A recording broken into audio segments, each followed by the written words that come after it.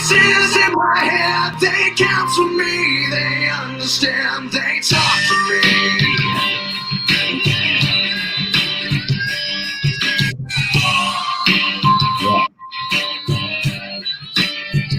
You got your rules and your religion, all designed to keep you safe. But when rules start getting broken, you start questioning your own faith. I have a voice that is my savior, hates to love and loves to hate. I have a voice that has the knowledge and the power to rule your fate. I hear voices crying, I see heroes dying, I taste blood that's trying, I feel tension rising. I hear voices in my head, they counsel me, they understand, they talk to me, they talk to me. They tell me things that I will do, they show me things I'll do to you. They talk to me, talk to me, talk to me, talk to me. They talk to me, talk to me, talk to me.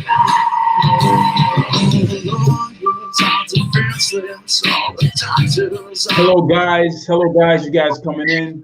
Say what's up, drop your name, let us know where you're coming from, what city you are streaming from. Say what's up, greet us before we start. Wait about maybe a few more seconds before we start. Maybe like 10 more seconds before we start. You guys coming in the room, drop a comment, say what's up, let us know where you're streaming from. We definitely want to talk to you guys, communicate with you guys about Backlash before we start. So we're just going to take a few seconds before we start. Yeah. They talk to me. They tell me things that I will do. Show me things I'll do to you. They talk to me. Talk to me, talk to me. Yeah. All right, guys. Hello, guys. Welcome to another edition of Wrestling Talks and Thoughts, where we talk news inside the ring, outside the ring, and backstage. I am your host, the host with the most, the man with all the style, Saheem the Dream, and I'm here with my co-host. What's going on, fellas, ladies, gentlemen? Just J Mac Main in the building. What's going on? What's going on, guys? All right, so we're going to talk about Backlash, results and review. We're going to go through the card match by match. We want to hear from you guys. If you guys are streaming on YouTube, don't forget to subscribe. Don't forget to like, drop a comment below. If you're catching the replay, please drop a comment below. We would love to hear from you guys. We want to know what you guys thought about the Backlash card.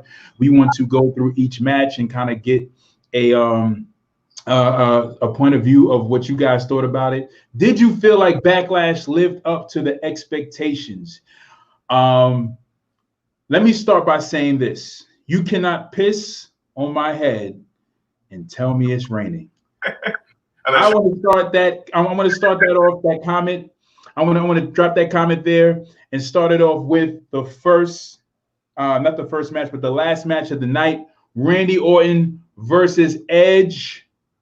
Jay, what are your thoughts? The greatest wrestling match ever. Yes, the greatest wrestling match ever. Yes. Well, let me be the devil's advocate. It was better than I thought it was going to be. It was a good match. It definitely was a good match. The element of them stealing everybody's finisher outside of the stunner and and maybe one other one that they didn't steal, but you know, we saw the rock bottom, we saw the Olympic slam, the unprettier, the pedigree. So yeah, I mean, it was a decent match. I mean, the reversals, and what makes a good match to me is if you can hit your finisher a couple of times and you kick out of it, that makes it a match. And then the fact that we saw the return of the boot. I mean, the punt. I'm sorry. The punt. The punt kick. Yes, that very entertaining to me. I was like, oh snap, they brought it back. So now let's just see if it has the effect of keeping Edge out for a while, or will Edge come back tomorrow night, with a lot to say. Yeah. I definitely thought this match was pretty good. I have mixed feelings about this match. I have mixed feelings because I feel like because there is no crowd, there's no crowd element that it kind of takes away from the match, and it kind of takes away from really what they were trying to do with the match. Like, I think that was like one of the things that kind of like bothered me with the match. Let's start with the fake crowd, okay? I mean, come on, like, listen. I mean, come on. I mean, just cheese after cheese after cheese. It was just so cheesy with the fake crowd. The WWE knew that they had to try to deliver the best product that they could. So what they did was they try to add in this fake crowd, and I was just like, oh, come on, WWE, you messing up. But listen, I have mixed feelings because this match was good, but I feel like it started off too slow. They tried to get a little too technical. I felt like they should have started off with more so slams, bumps, and heavy reversals in the beginning to kind of get you locked into the match first, because we already know that we don't have a crowd. We know that the crowd really adds to the entertainment factor, and the crowd's reaction really adds that special element to it. So it's like no crowd, slow pace match. It really wore down on my attention span. I was into it for a little bit, then I was out of it. I was into it for a little bit, then I was out of it. I felt like this match could have been better had it been in front of an audience, but I thought the match at best was okay. I thought it was good, but greatest wrestling match ever, in my opinion, no. Yeah, not at all. Not at all. We're gonna move forward. Let's go to the WWE Championship. Drew McIntyre defeats Bobby Lashley. He retains. What are your thoughts, Jay? The way the match started with Lashley hooking him into the full Nelson, and then actually with the leg scissor, I was like, oh, okay. That the way the match started definitely caught me off guard. And overall, it was a decent match. It showed Lashley, throwing Drew around, using his power. The ending though was kind of like, really? Right. Okay. So, all right. So what did you think about Lana coming out looking like a disco ball? The disco. Well, if that wasn't distracting enough, right. Right. An MVP walks up the stairs and walks in the apron. No reason, there was no pin attempt. She wasn't distracting the ref for Lashley. She wasn't distracting the ref for MVP to give Lashley something to hit Drew. Like there was no reason for her to get on the apron and distract the referee. And literally, as soon as it happened, he typical fashion. He is pushed to him. He pumps the brakes. Slams on the brakes. Turns around. Glasgow kick, knocks Lana off the apron, and then the Claymore in the match. Like that. Right. So we felt the predictability. It was. I felt like what they try to do was. I felt like what they try to do in this match is they try to keep Bobby Lashley looking strong. So because Bobby Lashley started out very strong, he caught Drew McIntyre in the full Nelson, and he pretty much kind of dominated the whole match. And they wanted to keep Bobby Lashley strong because I think they're trying to really build a feud around him and Drew McIntyre. I think they're going to prolong this, maybe until SummerSlam, maybe until they feel like they may go forward with possibly putting the belt on Bobby Lashley. But when Lana came out, my wife, and I was telling you earlier, my wife called it early. She said, I think Lana's going to come out and disrupt this finish. And she did. And I think they did that in order to keep it looking like Bobby has a chance of winning the WWE Championship. The crazy thing about it is we'll see if they actually go through with it. Hey guys, you guys coming in, please don't forget to share, drop a notification, comment. Please, we want to hear your thoughts. We are going live to talk to you guys about the results of Backlash. We're reviewing each match. Please let us know what you think in the comment section below. You drop a comment, we will post your comment up. We will read your comment out loud. We will show you love. We want to hear from the WWE universe. We want to know what you guys think about this pay-per-view. Any comment you have, please don't be afraid to share. This is an open forum, open floor. Yeah, so I think that they're really trying to build Bobby. They're trying to keep his strength. They're trying to keep him, strong as possible to kind of prolong this feud. And you have the disco ball coming out. It's crazy because somebody in the audience was like, "Who ordered the disco ball?" You heard it. Like somebody actually yelled that out. Oh, really? Yeah, somebody yelled it out, man. It's crazy, but yeah, so how do you feel about Bobby Lashley possibly or potentially being the WWE champion? You think it's going to be possible? Absolutely. Because Bobby right now, I'm glad that they're giving him the push because obviously they with the lack of heels on Raw, they need somebody strong. They need somebody believable. They need somebody who actually has a chance at actually winning. It makes it believable. We all thought Seth Rollins was that person, but obviously he lost. But now with Bobby Lashley is a legitimate threat and a contender. And again, as we all hope that he'll eventually get the belt, and Brock Lesnar will make a surprise return and say, "Hey, I want my belt back," and that could possibly lead to the Bobby Lashley Brock match that we've been waiting for since Bobby returned. Yeah. Do you have any expectations for? Do you have any high hopes for a Brock Lesnar versus Bobby Lashley? It dwindles. I guess the longer we wait, it's like, all right, well, if it happens, it happens. But again, with WWE and wrestling in general, you just, you never know. I mean, if Goldberg can come back and have, mysterious 2 to 3 minute matches and even win the championship twice in 2 different runs, anything's possible. So yeah, aka Oldberg. Oldberg is out here having Oldberg out here having these matches at Superstar Showdown, giving Undertaker concussions. Right. Messing up matches, man. Speaking of Goldberg, let's talk about Asuka versus Nia Jax. Did you catch that jackhammer? and the funny thing is, they even mentioned, they even called it out. They was like, in the jackhammer. I was like, oh wow, okay. Oh man, yeah, that was something else, man. I'm like, okay, she's gonna do the jackhammer. What are your thoughts on this match here?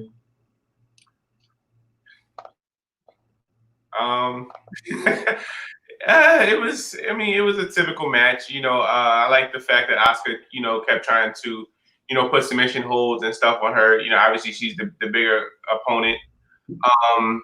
The only thing about the count, the double count out victory I don't like is the fact that now that's gonna eventually lead to, Nia claiming that she didn't get pinned and and that's gonna eventually lead to a rematch, which is gonna make me mad because then it's gonna push my 2 girls, Shayna and Bianca, further back, or have them prolonged even longer to even get on Raw, or even actually get a title shot. So that's the only thing that disappointed me. I wanted Nia to lose, get to the back of line forward so somebody else can get the opportunity.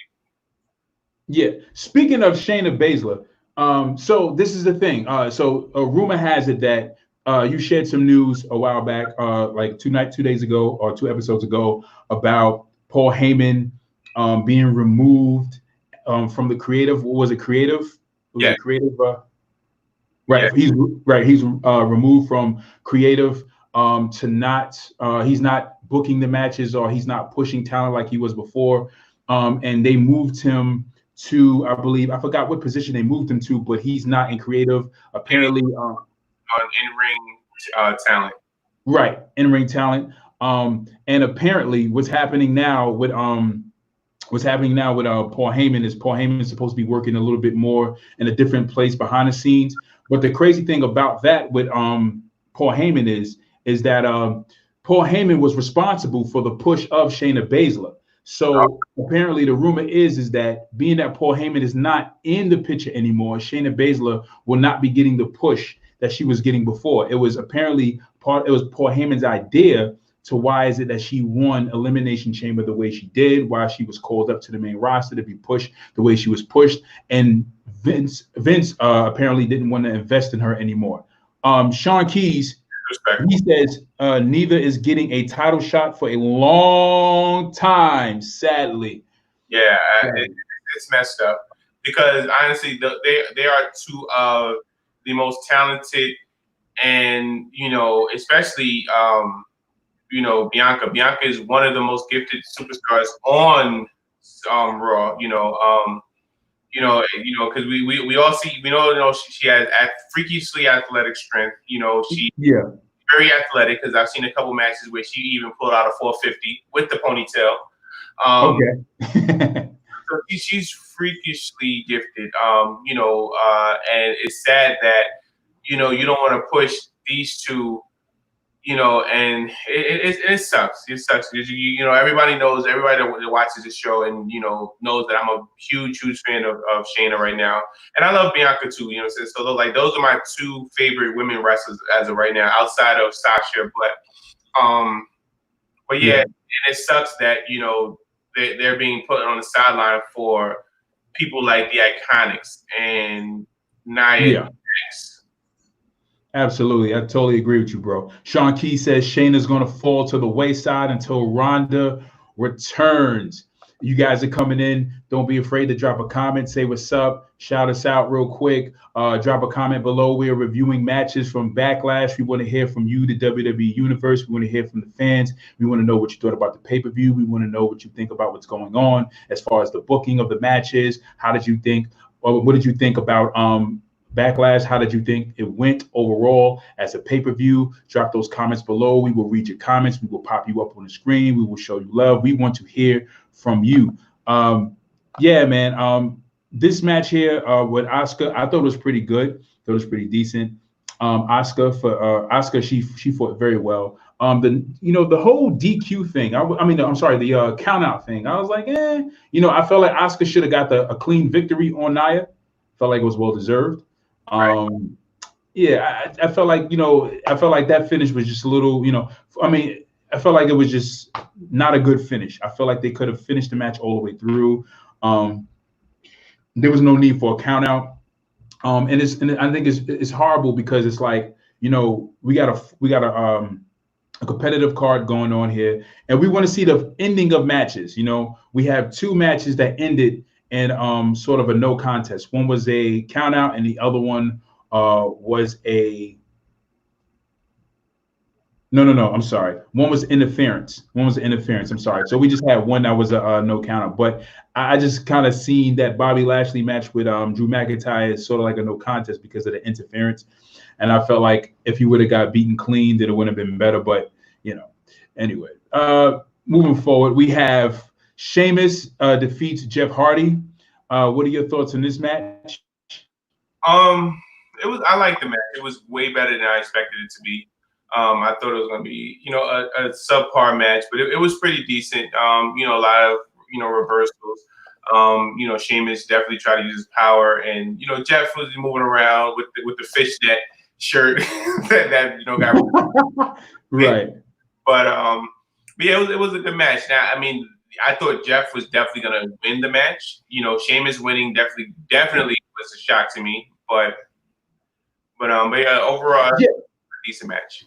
I don't understand why Sheamus even won a match. Like, what was the reason? Of course, we know like one of the reasons why Sheamus won the match was to prolong the feud. But we're not even interested in the feud. I just think that this feud doesn't even need to last that long. But they need content to fill the slots, to fill the show. So of course they're going to try to drag this out as much as possible. And I understand that's the reason why they made it more personal. As far as Sheamus bringing up Jeff Hardy's drug habits, his past drug habits, and talking about his personal issues outside of the ring. Sean Keys says He says, great match and result was accurate. For which match, Sean? I believe you won the Sheamus versus Jeff Hardy.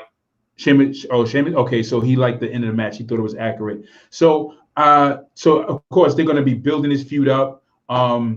I guess I don't know how long they're going to run this out. Probably to SummerSlam, right? We're close to SummerSlam. SummerSlam is in like July, August. It's August. August. Okay, so yeah, I'm not really into this feud. Yeah, me neither. Not into this feud. They can do whatever they want with it. I'm not buying into it. I seen the match, wasn't into it too much. Thought it was pretty good. Thought it was good. Honestly, it was a good match. But I'm just not buying into the feud. Moving moving forward, we have the Universal Championship. Braun Strowman defeats The Miz and John Morrison.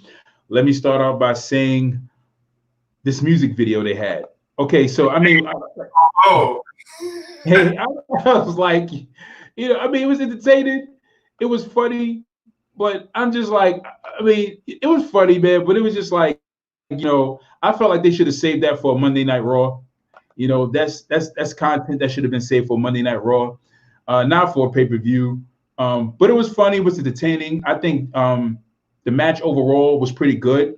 I like how The Miz and John Morrison were really working together to try to keep Braun Strowman down, how they just kept pounding on him, to try to stop his momentum.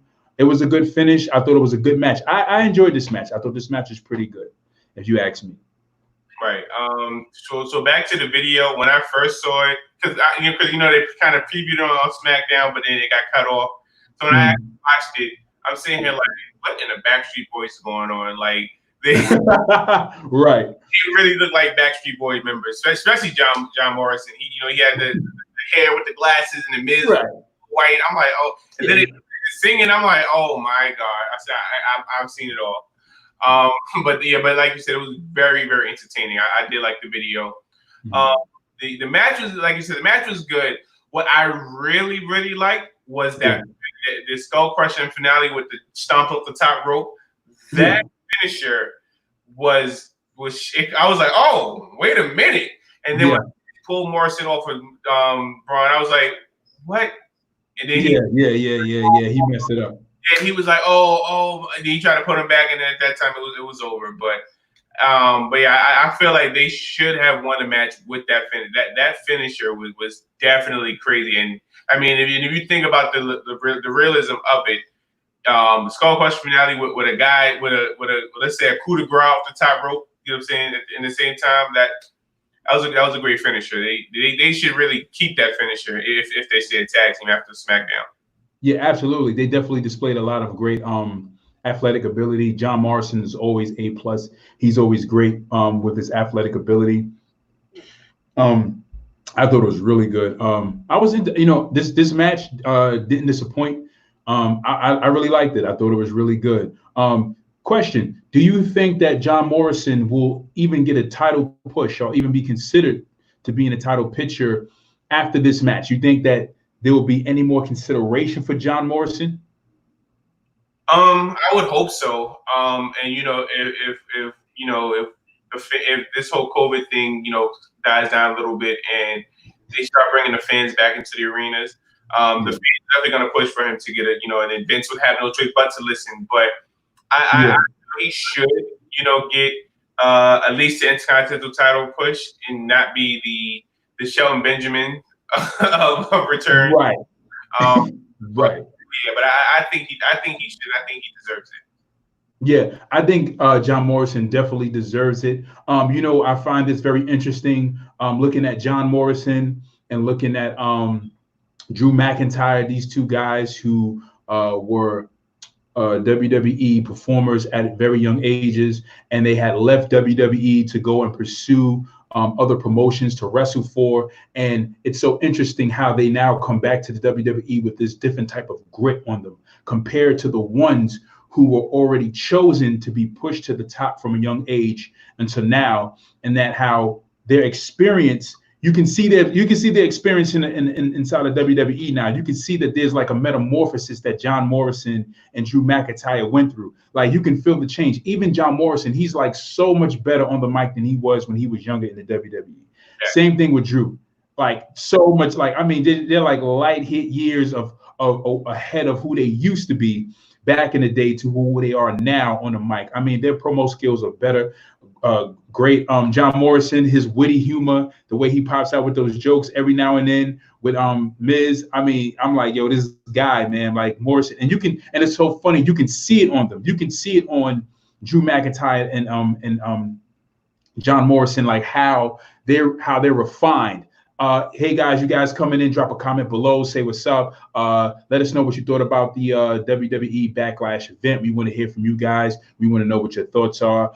Please chime in at any moment. We will show your comment up on the screen. We want to hear from you guys. We want to know what you guys thought about the event. But yeah, you could definitely feel and see the difference from where they used to be to where they are now. Right. Absolutely. So moving forward, we have another match.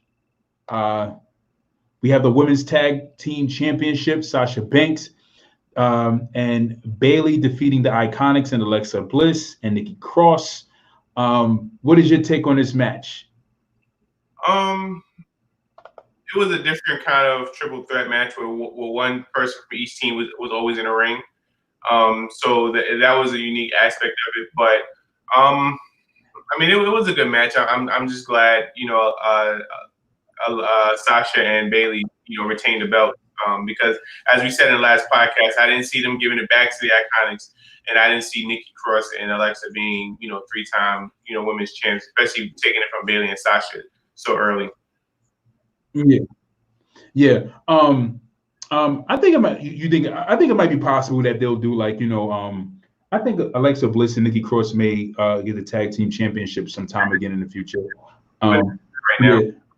Not right now. Yeah, absolutely not right now. Definitely not right now. I'm kind of curious to know how long Sasha Banks and Bayley are going to hold on to these tag titles. But I really hope and really pray that their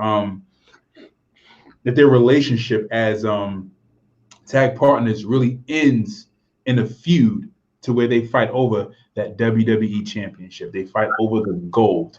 I think that's what's going to happen. I mean, we all happened at WrestleMania, you know, and even was it Elimination Chamber or no, whatever pay-per-view where it was a 6-pack challenge.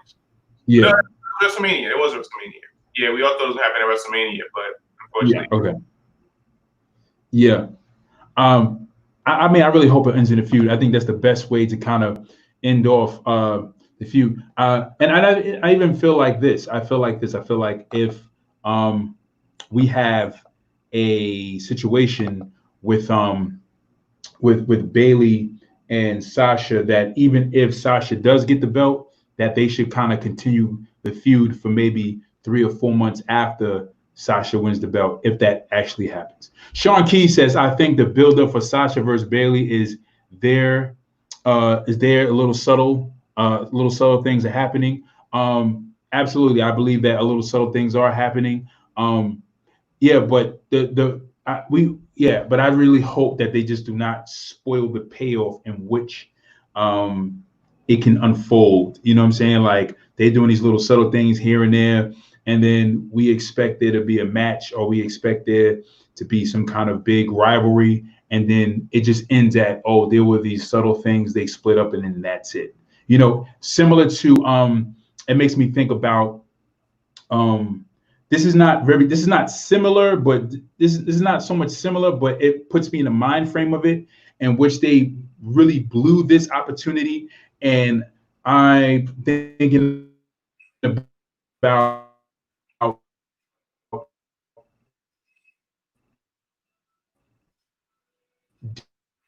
Daniel have been a great WrestleMania match. You had we didn't get you because I guess he's having technical difficulties. So yeah, when he comes back, you know,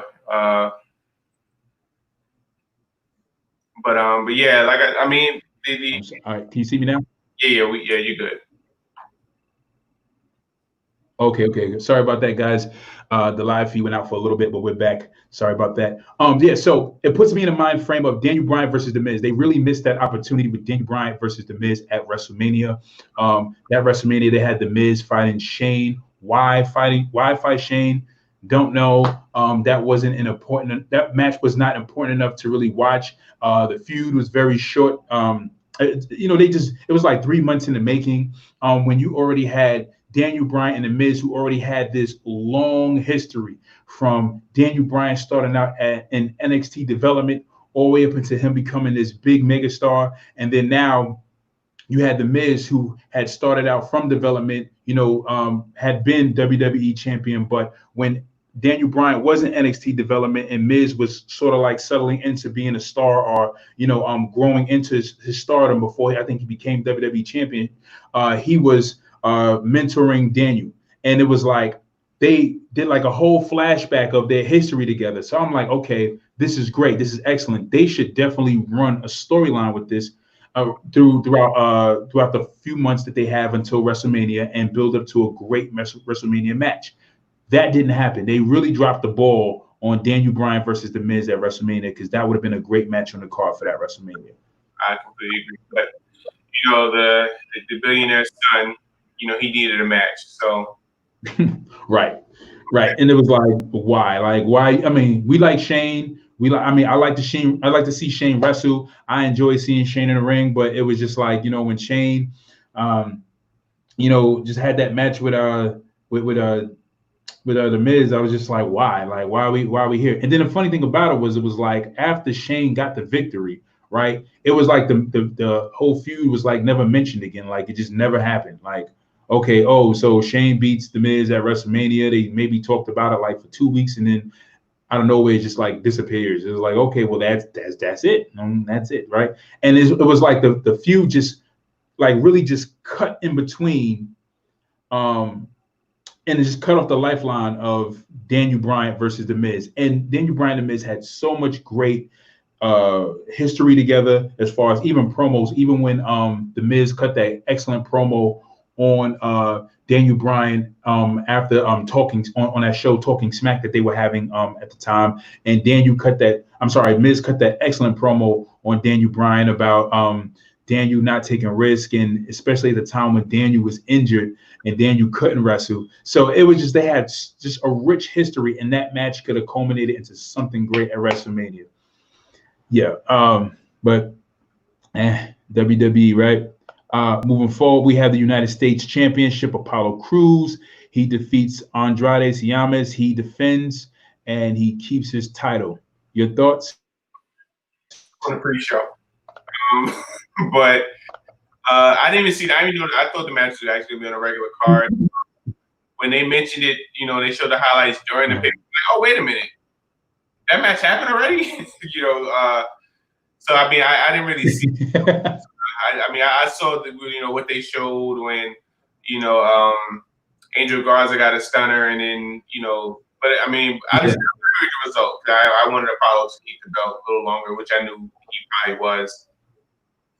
Yeah. I actually didn't catch this match. I got to go back and check it out. I'm definitely hyped about Apollo Crews' United States title run. I really want to see how long they keep him with the belt. I already had my bid in for Apollo keeping the title. I feel like they're going to try it on him for a month. And I feel like after a month, we're going to get the feel of how, well, let me not say after a month, but during the month from reigning as United States champion, we're going to get the feel of what direction they're going to take with Apollo's, whether they're going to keep it on him for a lengthy time or whether they're going to decide to take it off from after maybe 2 months. But right now, I know that Apollo Crews is a United States champion. I remember he is. To me, I feel like it's so sad to say, like, I don't even remember that Andrade Cien was actually a United States champion. Like, to me, that's bothersome. Well, you know why? Because he was champion for a while, but then he also went out. I believe, I forgot, it was I think substance, some kind of they're wearing this policy. Oh, know, okay, right. The awareness policy. Okay. Then want to say, the juice. yeah, The 60 days, which yeah. um, to Lena bringing up, Angel Garza and then Austin Theory, while Andrade was out. So, while he was out, obviously the belt wasn't being defended, and the belt was obviously off TV, so nobody was really, noticing it. So I mean, that month that he was out, he definitely, nobody really missed it. But I remember him as a champion. He had a few decent matches, but Yeah. with Rey Mysterio and now Apollo Crews. Yeah, see the thing with Andrade Ciamis. I didn't like his booking. I don't like how they were booking him with his opponents. I felt like he could have been booked in matches with. He's an extraordinary talent. Now Andrade, he's great. He's dope. I feel like Andrade should have been booked in matches. Like this match with him and Apollo's, which I'm saying I gotta watch again and check it out. I want to see it because a person like Apollo is somebody that Andrade should have been kind of feuding with, and I want to see Andrade fight other middleweights. I want to see Andrade fight somebody like John Morrison with that athletic ability. I want to see Andrade fight someone like who else, like a Dolph Ziggler. I want to see him fight Cesaro. I want to see him fight Shinsuke. I want to see him fight all these different types of talent to see how their in-ring ability mesh together, to see what kind of chemistry they have, because Andrade, he is a great talent. Same thing with Apollo. So I'm just hoping that they do the same thing with Apollo Crews and give Apollo Crews that same opportunity to mesh it up with other different talents. So what do you think about this whole angle with Kevin Owens and Apollo Crews? Because apparently what's his name? Kevin Owens actually helped out Apollo Crews in the match. Right. I believe it's going to lead to. I guess they're going to prolong it a little bit, and I can see that. I don't see them fighting next month. What is it? Extreme Rules next month or TLC? I think Extreme Rules. Yeah, Extreme Rules. I don't see them fighting at Extreme Rules. Now SummerSlam, maybe I can see them building towards a SummerSlam match, where possibly Kevin Owens takes the belt from him at that point, because at that point he would have had a 2-month reign. But I'm sure it's gonna at some point lead to even if it's a friendly one-on-one match, but I can see him leading to Apollo giving KO an actual eventual title shot. Okay, so this is my thing. I don't think it's going to be a title shot. I think that this is going to be all good. The situation with Apollo's and Kevin Owens is going to be all good until Kevin Owens finds that opportunity to stick that knife right in his back. That's Kevin Owens. Kevin Owens is the new Triple H. Yeah, he's a new Triple H. It's all good until he finds a good time to catch him at his weakest, and that's when his guard is completely lowered, and he feel like he has a clear path to now stick the knife in his back, and get that opportunity to take that belt off of him and put it around his waist, because he did it with Sami Zayn. He did it with Kofi Kingston, and I think he's going to do it with Apollo Crews. And Jericho too. Right. I'm sorry. And Jericho too. Right. Which again, could have been a great WrestleMania match. Sean Key says Andrade had a 30-day suspension, and he said happened during WrestleMania. Right. Absolutely. It happened to be the Street Profits versus Angel Garza and Austin Theory instead of Andrade and Angel Garza. Gotcha. So let's get into the last match. It wasn't even a match, right? It was a WWE's production. It was the Street Profits versus what these guys, the Viking Raiders, the movie. Right. They fought ninjas. They threw bowling balls. What else happened? They had alligators attacking them. I mean, the woodworks. Like, I mean, this was something else. I mean, I can say I was entertained. honestly. I was entertained. I thought it was a great angle. I think it really shows how much charisma both of the all four of these guys have. I really see Montez Ford really being pushed as a single talent in the future. I really see that the WWE is going to really put a belt around his waist. I really see Montez Ford being pushed as a single talent in the future. But the Viking Raiders, yes, and Street Profits. I felt like these guys are very entertaining. I enjoyed it. Again, another segment that took up some time on the pay-per-view that could have been delegated to upcoming talent or talent they have on a roster. Yeah, man. But I thought it was good. I thought it was good. Thought it was entertaining. But that's something we could have seen in the Monday Night Raw. Right. Or even had them have an actual match, maybe. You know, that right. could have led to exactly right. Right. So yeah, I agree. They could have did something else in that spot. I mean, it was entertaining with at most, but they could have definitely did something else in that spot, in my opinion. Yeah, and I was saying to myself, I was like, okay, so we got ninjas and we got a big black samurai. And I was like, is that Shaq? I'm like, that's Shaq. I'm telling my wife, like, that's Shaq. Yo, that's Shaq with a samurai sword. I'm like, but it wasn't Shaq. I really thought he was gonna take off his mask and reveal that he's Shaq. Sean Key says Montez Ford has that it factor, mic skills, ring talent, and charisma. Absolutely, Sean. Definitely agree with you 110%. I thought overall that this pay-per-view was, well, what do you grade this pay-per-view? What would you say this pay-per-view would be overall?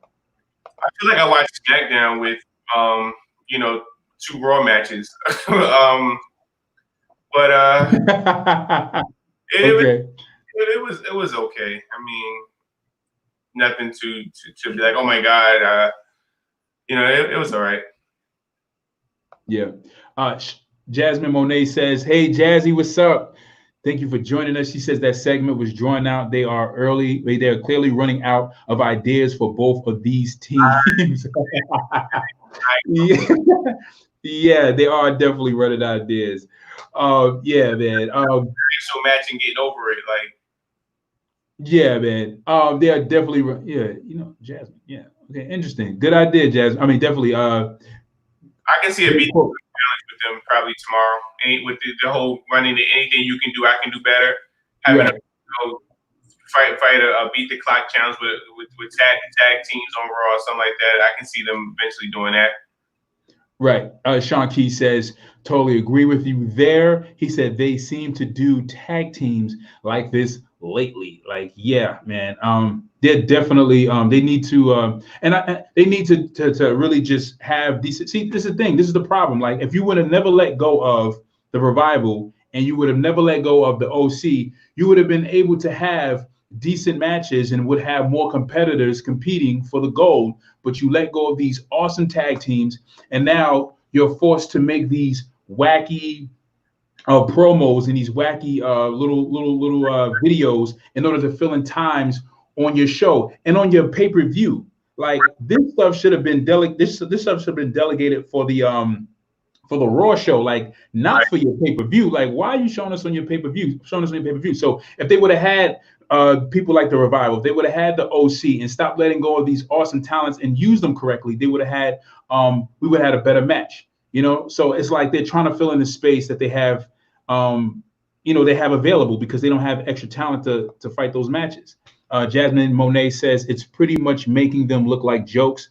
They are now the comic relief. Absolutely, they are the comic relief.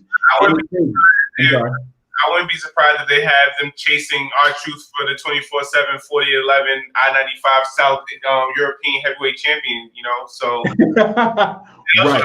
So right. Sean Keys says AOP is doing house shows like what the F. Absolutely. And I forgot about AOP. Yeah, so exactly. So where is AOP? See, this is the thing. It's like, so now they're doing like this whole show, like they're doing these whole little videos, right? And it's like, why didn't we see an actual match, right? Right. And so now it's like what they're doing is it's almost like they're supposed to be competing with each other. Now they're working with each other now, and now they're competing, but now they're working with each other. It's like, come on, like let's keep it competitive on the pay-per-view, but all the comic relief, all the comedy stuff, all those promos and stuff, let's keep that on the show, on the Monday Night Raw, the episodic show. Um, I'm sorry, you got yeah. All right. Jasmine Monet says they did the same segment with Bray versus Cena at WrestleMania this year. Absolutely, they definitely did. The only difference with that, I believe Bray and Cena would have had an actual match, Yeah. but the whole COVID thing hit and there was no crowd. I think they had to change on the fly. So I think that's the main reason why the Cena and Bray match went the way it was. But I think typically the initial plan was for them to have a real actual match, similar to AJ and Undertaker as well. They were supposed to actually have a real legitimate match until things hit and they had to try to find entertaining segments and ways of trying to divert from you watching a pay-per-view with no crowd. Right. Yes, but one thing about John Cena and Bray, I have to say, I think that segment was needed, even though that's. But again, I agree. I felt like that should not have been at WrestleMania, and they're trying something new, right? And they're trying something new. Yes, but the whole COVID-19, I totally agree with you, Jay. Because there's no crowd, so now they got to fill in this the space, this void, this gap that they have without there being a crowd reaction to really feed off of the action. But that storytelling for John Cena was definitely needed because it was definitely telling the story of him not turning heel, why he didn't turn heel, how his character became so hated. And I felt like it was told very well, and how they were kind of detailing like how if he did turn heel, what would people had wanted him to be, like the old John Cena, or do they want him to be like Hulk Hogan when Hulk Hogan finally turned heel and he created, he was part of this mega group, that was really, really big. So, it was really a storytelling for John Cena and for the fans. And I thought it was pretty cool. But on the other hand, I felt like that little piece or that little entertaining segment should have been for Monday Night Raw. Yeah, I agree.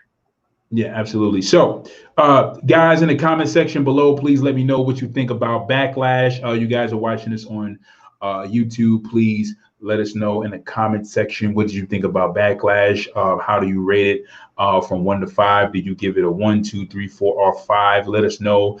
If you don't want to rate it through numbers, you can give us a thumbs up or a thumbs down.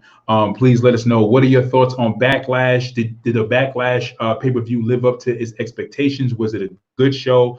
Does it still feel lacking because there is no studio audience? Yeah, I mean, I rate this show overall. I thought Backlash on a scale from 1 to 5, I give it about a solid 3.5. My favorite match out of the whole card has to be Lashley and Drew, because I didn't have any big expectations going into Drew versus Bobby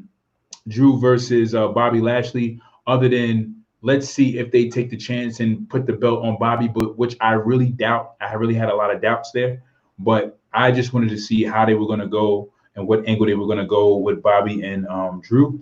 Sean Keys rates it 3 out of 5. Jasmine Monet says on a scale of 1 to 5, I give it a 3. Jay? I'm on the fence, 3 to 3.5. I agree with Jasmine and as Sean. Like I said, I feel like I was watching SmackDown with an occasional Raw segment. Yeah. I mean, because as we did the show before the pay-per-view where we gave our predictions, as we were looking at the card, I was just like, it wasn't impressive. Like, I was not impressed with the card at all. Yeah. I had to give what the cards that they were dealt, and I was like, oh, okay. But yeah, overall, like I said, 3 out of 5. I mean, I wasn't too impressed. Yeah, I think a lot of us was not really impressed with the card at all. And we knew, we pretty much predicted. You could pretty much predict what the outcome would be. We knew, okay, well, let's not say we knew that Apollo Crews would keep the belt, but I think it's more so a hope that he keeps the belt because it's a test run with him being United States champion. I knew that. I knew he was going to keep it because I didn't see them putting it back on Andrade that fast. Now, if he'd had a different opponent, then I'd have thought. But being that he was fighting Andrade, I said, yeah, they're not going to put it back on Andrade that fast. Right, unless you're Sami Zayn. Unless you're Sami Zayn or who? He's on his way back. He said what? Sami is actually on his way back. I read an article today where he stated that that he should be back sooner than later. Okay, and I wonder what they're going to do with that because if they run now, that will be an interesting program to see. Apollo Crews versus Sami Zayn. Sami Zayn, excellent in the ring. I like Sami Zayn on the mic. SmackDown. Huh? You gotta remember Sami Zayn's on SmackDown, so he probably run an angle with. Oh right. I'm so sorry. I keep thinking they could do the right. They're supposed to, but they just went away from it. I guess I don't know. Yeah, they were supposed to. Right, exactly. They were supposed to, but yeah, they tend to go back on their ideas sometimes. Sean Key says, I'm just hoping SummerSlam doesn't disappoint. I feel most pay-per-views are going to suck till the crowd comes back. Absolutely, Sean. I totally agree. Sean Key says creatives gotta let them wrestle and let them go and not entertain as much. Absolutely, they have to wrestle matches. And that's the thing. Like even to what Sean is saying. That's the thing. Like I watched NXT, like we watched NXT Wednesday. NXT was more entertaining than this pay-per-view, if you ask me. Like, of course, and we're never gonna talk about In Your House. We're just comparing it to NXT. The NXT show, and yes, I definitely agree. NXT was way better than this pay-per-view. Yeah, absolutely. Jasmine Monet says it definitely didn't feel like a pay-per-view, but then again, nowadays, none of the pay-per-views feel like they used to. It's the same matchups, highly predictable, and the same people we see on a weekly basis. We all know that whoever had matches tonight are going to end up fighting again on either Raw or SmackDown. Yeah, because they got right, exactly, because they fired all the people. They fired everybody. Yeah, exactly. Yeah, she hit it on the nail because I'm sure we're gonna see a rematch with an Asuka and Nia since there was a double count out. She's gonna come out, and MVP's gonna come out blaming Lana, and that's gonna lead to the rematch with Bobby and Drew. So yeah, I completely agree. And Jeff's not gonna take his defeat lying down. So I agree. I definitely agree with Jasmine. It's definitely gonna be rematches, or not on Raw, SmackDown. We're gonna see some sort of rematch pay-per-view at Extreme Rules. Outside of Extreme Rules, we may see Seth Rollins versus either Rey Mysterio or Aleister Black at that point. Right, absolutely. And I think the other thing is like they have to feed like what Jasmine said, like they have to book these pay-per-views as actual pay-per-views. Like we have to see these matches that they're having throughout the week.